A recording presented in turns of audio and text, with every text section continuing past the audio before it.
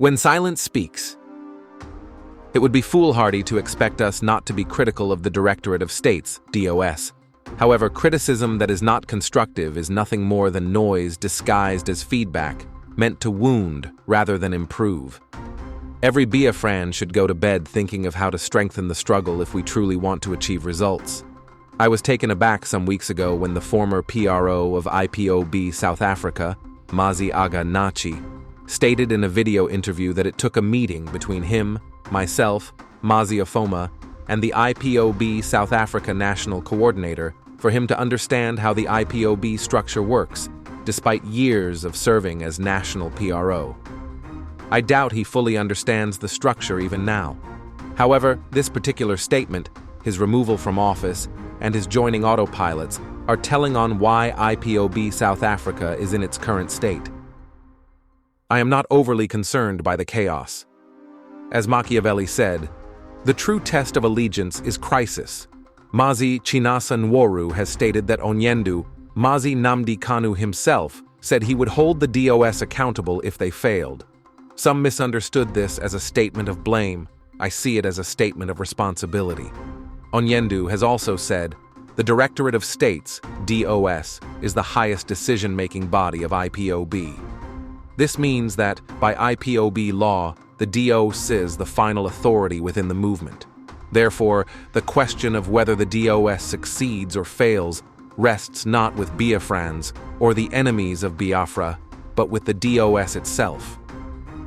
The work of the DOS is not about being liked, it is about survival, doing what is necessary.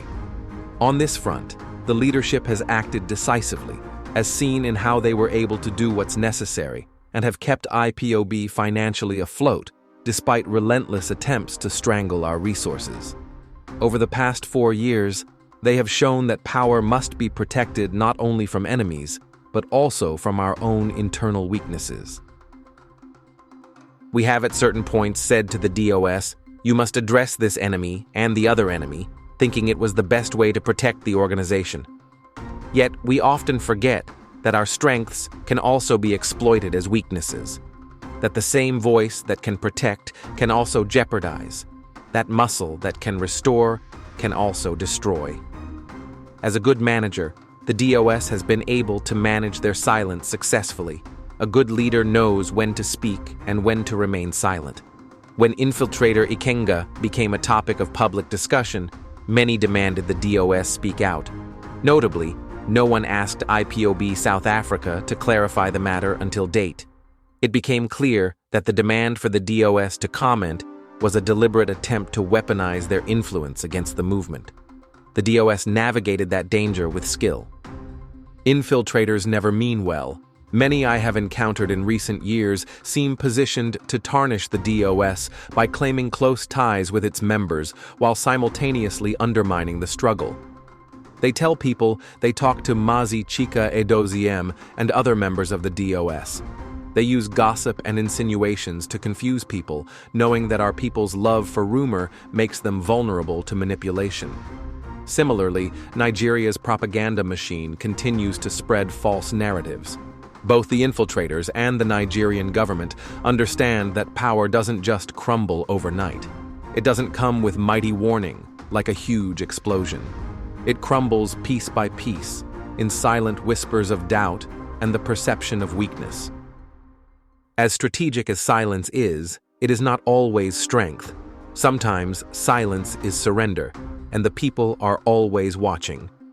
The challenge for leaders is that outsiders often are unable to differentiate the silence of power from the silence of surrender. I don't believe IPOB South Africa's current silence is surrender. Rather, I see it as a calm before a cleansing storm. Finally, I advise every member of the leadership to be careful of those who flatter and feed their ego while enjoying chaos. They seek to steal their clarity. They smile and sing their praises in public, screaming how the DOS is wise but whisper in private.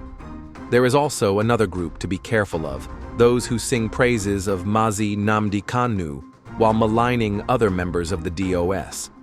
Such people are more dangerous than open enemies, for while enemies sharpen our tools, these friends blunt them. No matter how pleasant their voices, You cannot rebuild an empire with the very hands that helped bring it down. Written by Sochima Mbanali. Published by Family Writers Press International.